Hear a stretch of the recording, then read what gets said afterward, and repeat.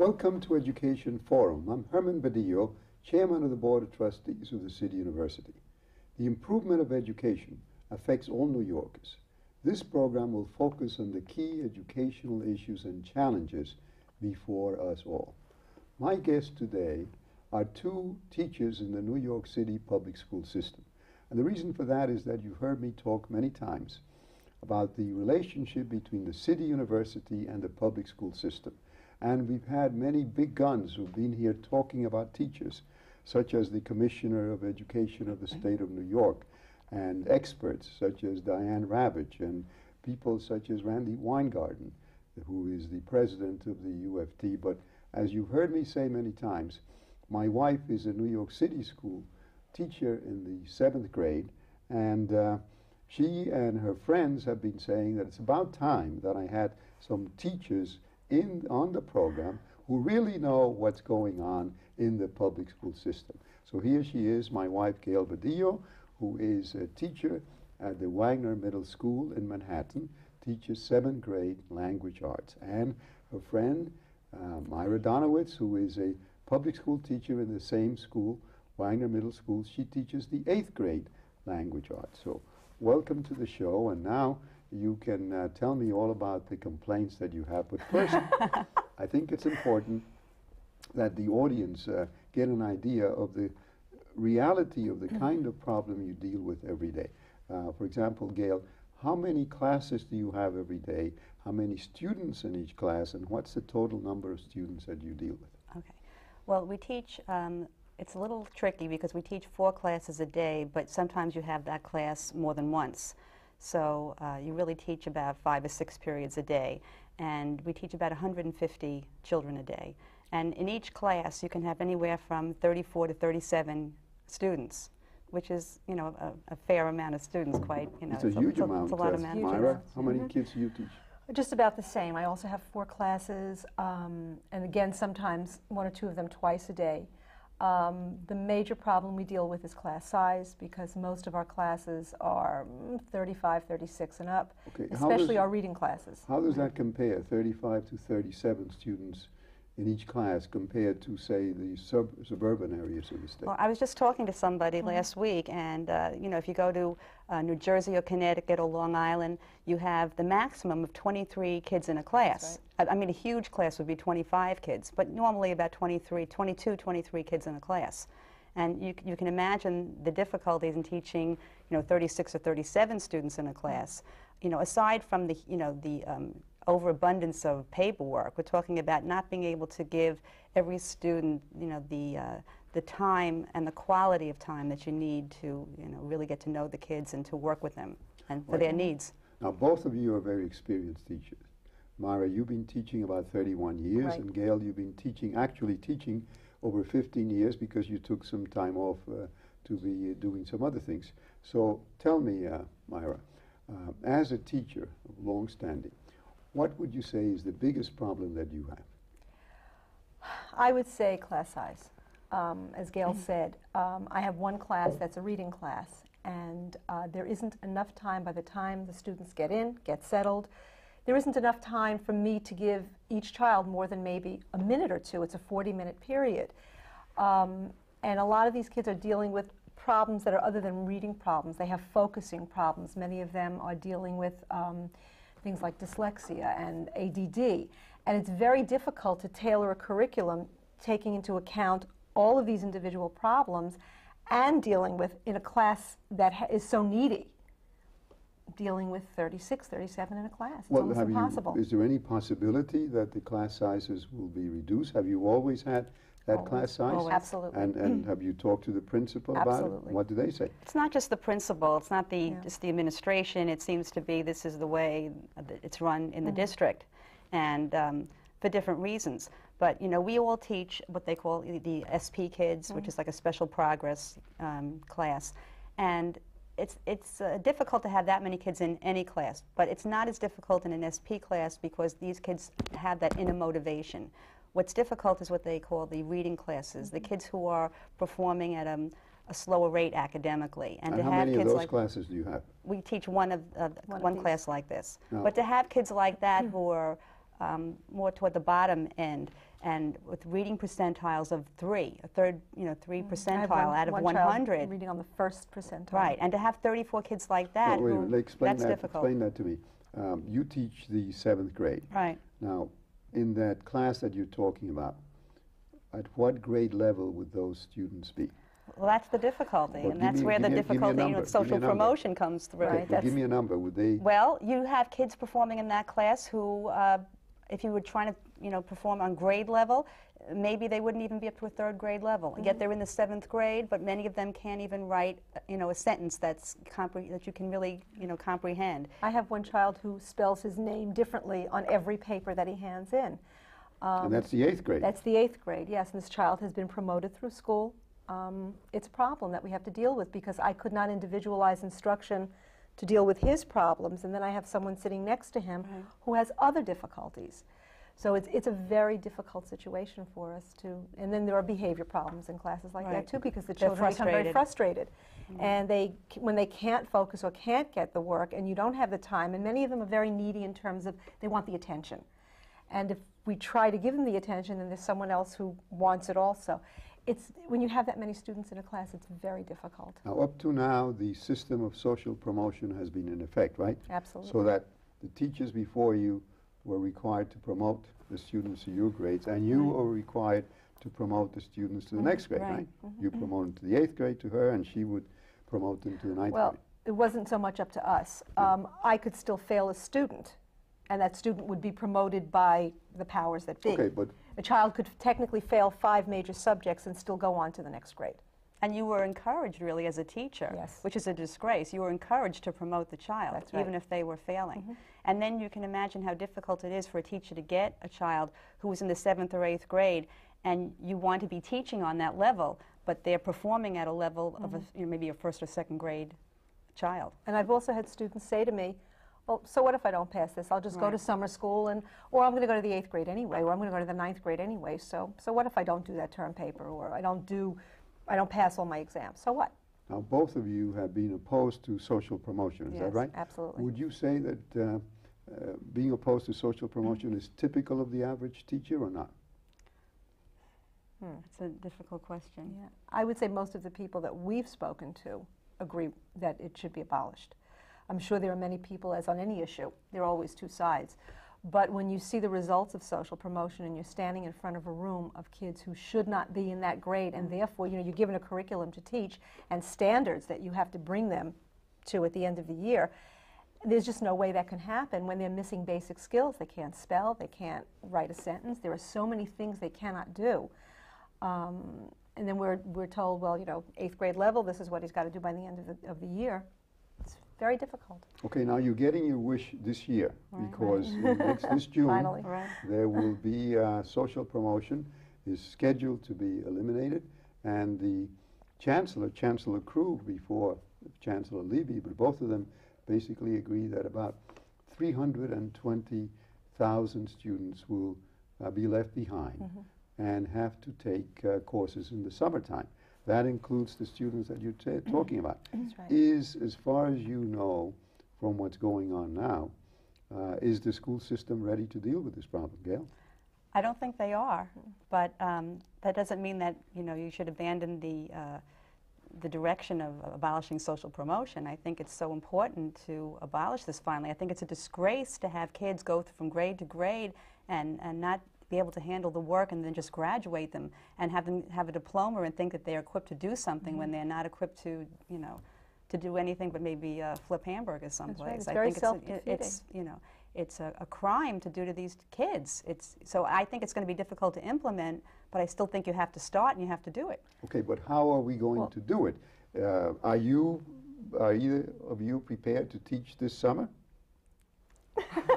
Well, that question hasn't been posed to us as yet. No, but I mean, actually, we haven't had any discussions in school about that was what I was going to say, is that since they knew as of last year that this was going to be an issue, there has been absolutely, at least that I know of, no preparation at all since we came into school in September of this year, knowing what the situation was going to be.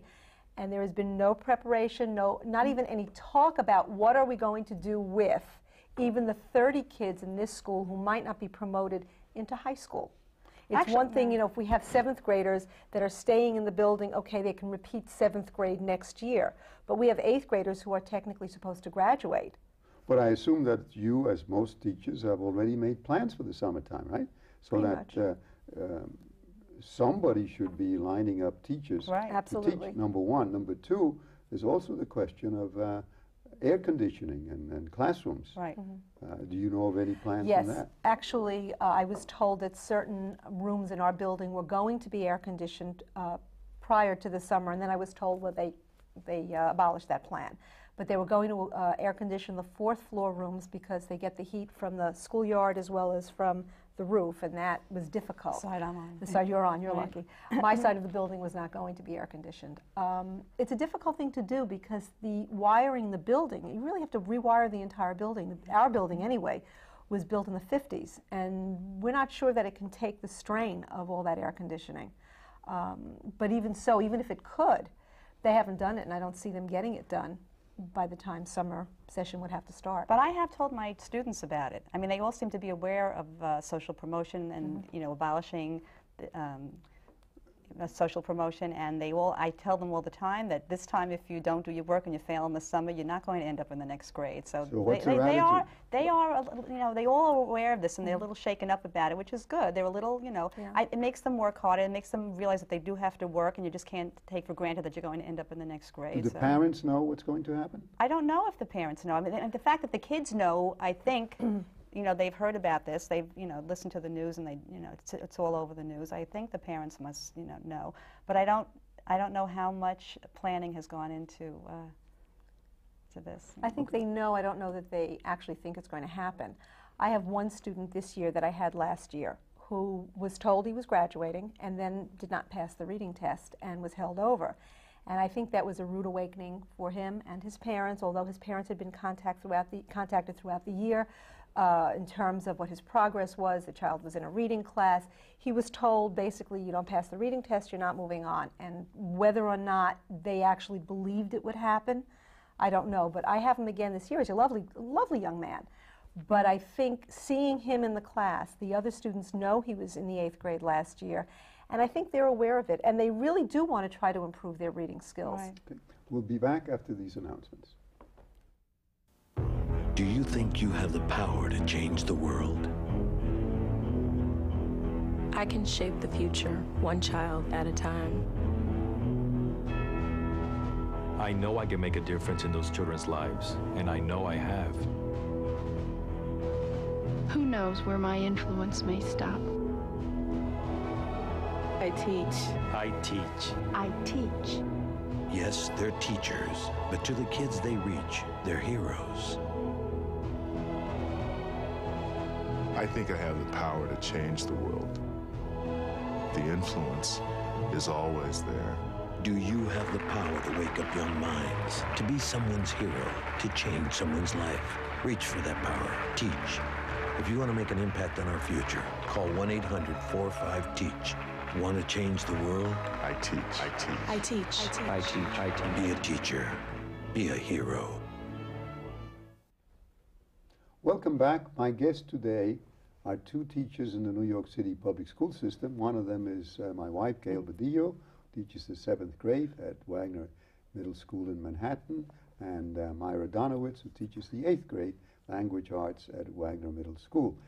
We were talking before about the fact that the students are going to be left behind. Now, do you believe, given what you've said about some of the students being so far behind, that it will be possible for them in one summer session to make up the fact that they're behind by so much? I don't think so. I don't think so either.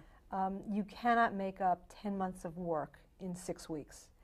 Even if it's, and the children don't take 3 hours of one class during the day. That would be a lot. I think it's difficult for anyone to focus for that long a period of time. So it's broken up, I think, into hour and a half Right. sessions.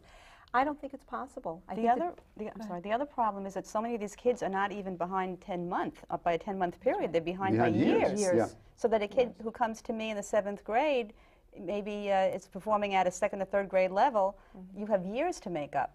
And I Okay. don't know how you can do that So in the let's summer. say that if 320,000 students are left behind and are required to take the summer sessions, and by some miracle, 50% of them are able to make it up. What plans are there about what to do with the other 50% that isn't able to make it? Do you know?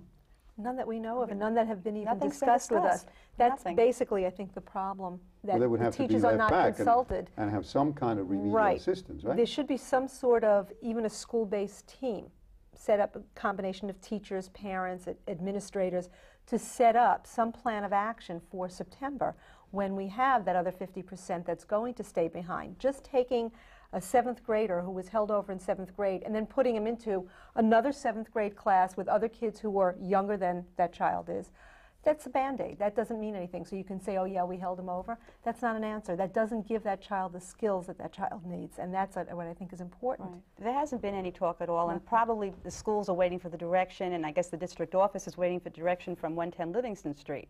And then you've had, you know, they've known about this since last June, but then you have a chancellor who left and the chancellor who just came in, and all the direction really has to come from, you know, 110 Livingston Street. And really, we haven't heard a thing. So. But do you think we should still go ahead? Because as you know, Yes. there's a lawsuit pending of people who say, because of the fact that not enough planning has taken place, maybe we should forget about abolishing social promotion. I think it's criminal that it's been allowed to go on as long as it has. And really, I would tell you that talking to parents, any parent worth their salt would not want their child promoted if they haven't learned the foundation, that they haven't had the foundation that they need to go on. I've had and parents have told me that. Yeah, I've had parents come in on parent-teacher conferences, or when I've spoken to them on the phone, I say, you know, your child isn't passing my class, not for lack of trying, they don't have the skills.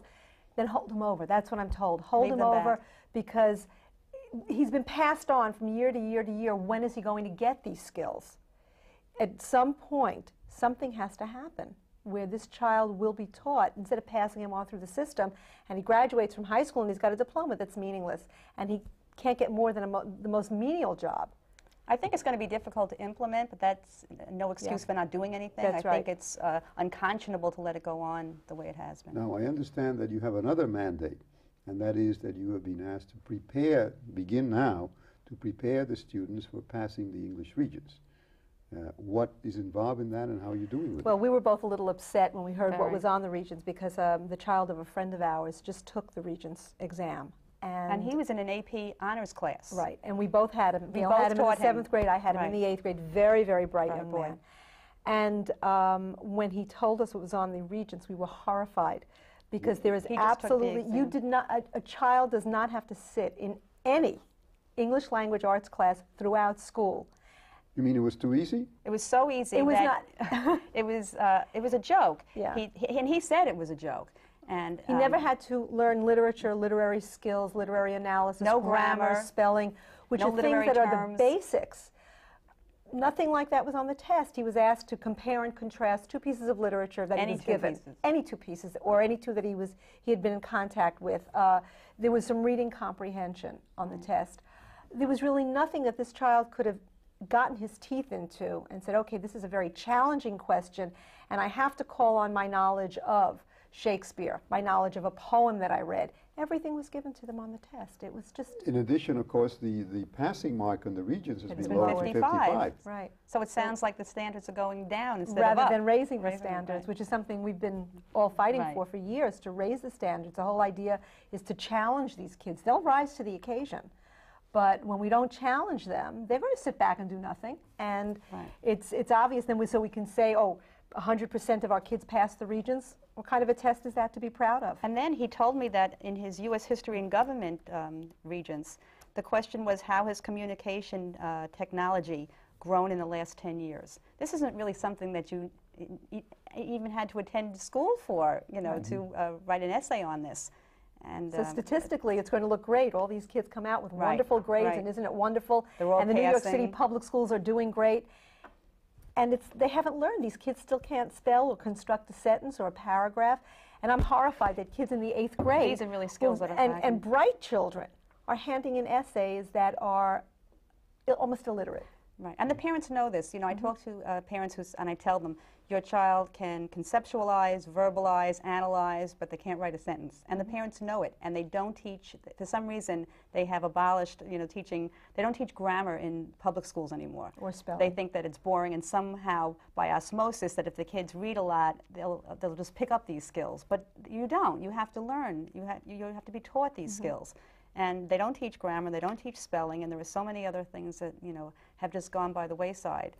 And it involves a whole language approach. Okay, now, I think it's failing. While all of this is going on, teachers as a group are under heavy attack. In fact, from all the way up to down to the bottom. Just recently, the Secretary of Education proposed that teachers work all year round. And this has been talked about by governors and mayors, that you have to change the whole process. Not only work all year round, but work longer days. And that even teacher tenure should be abolished. How do you feel about that? Well, again, I think it's just a Band-Aid. It's a way of appeasing groups of people. Whether children go to school 12 months a year or 10 months, I don't think it's going to make that much of a difference. I also think children need some recreation time. And there are many children who need that break. They go to camp. There are many children who take courses over the summer to prepare for the special high school tests that they have to take to get into Bronx Science, Brooklyn Tech, and Stuyvesant. I mean, there are things that go on during the summer. Families need time together. And it's very important for that family unit to go away for a while, to be together. And I think we're so used to having that break that it's almost ingrained in all of us. That extra 2 months I don't think is going to matter. I think if what's supposed to be taught is taught from September to June.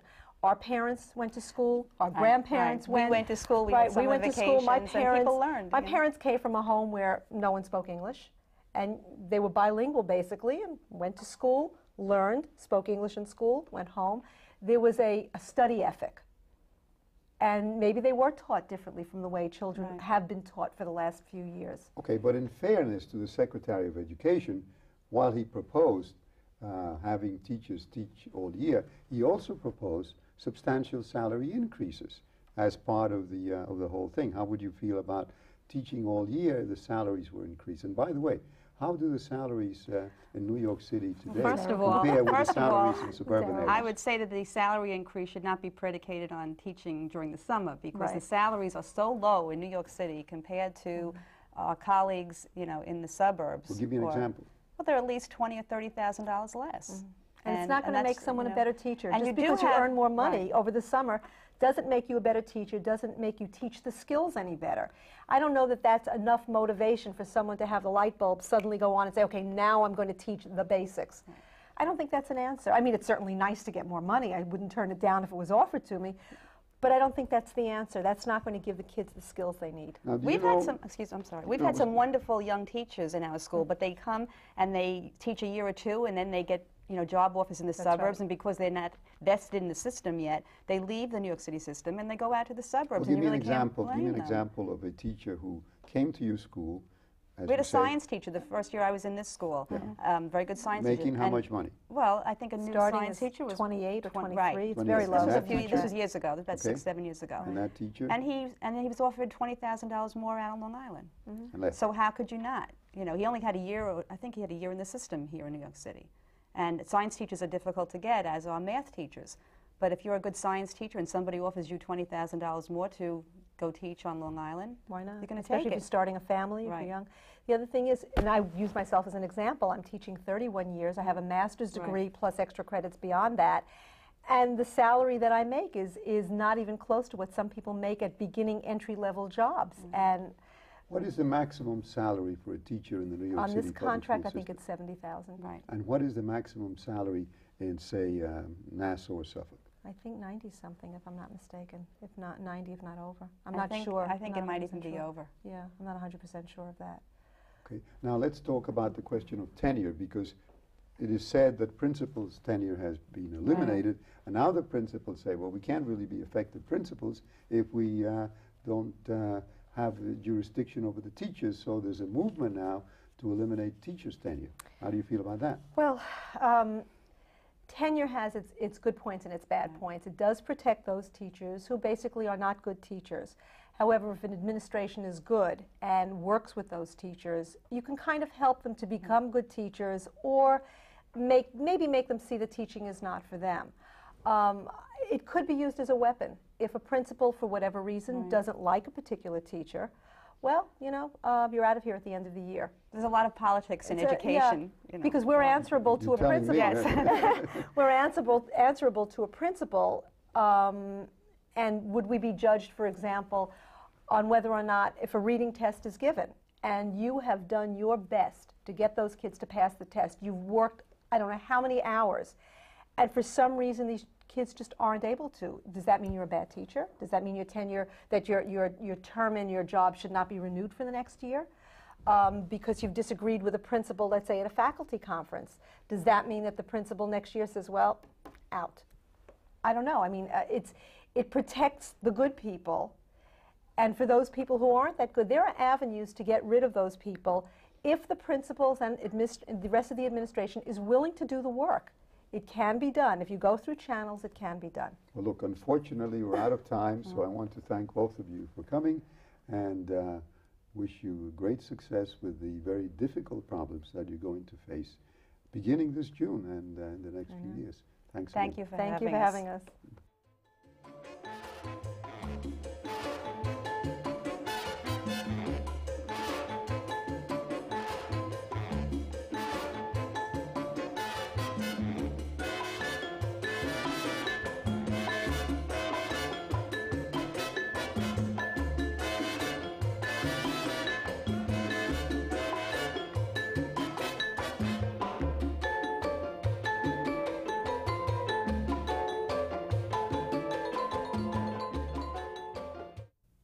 You can reach us by email at our website, www.cunytv.cuny.edu, or write to us at CUNY TV, 365 Fifth Avenue, New York, New York, 10016. We look forward to hearing from you.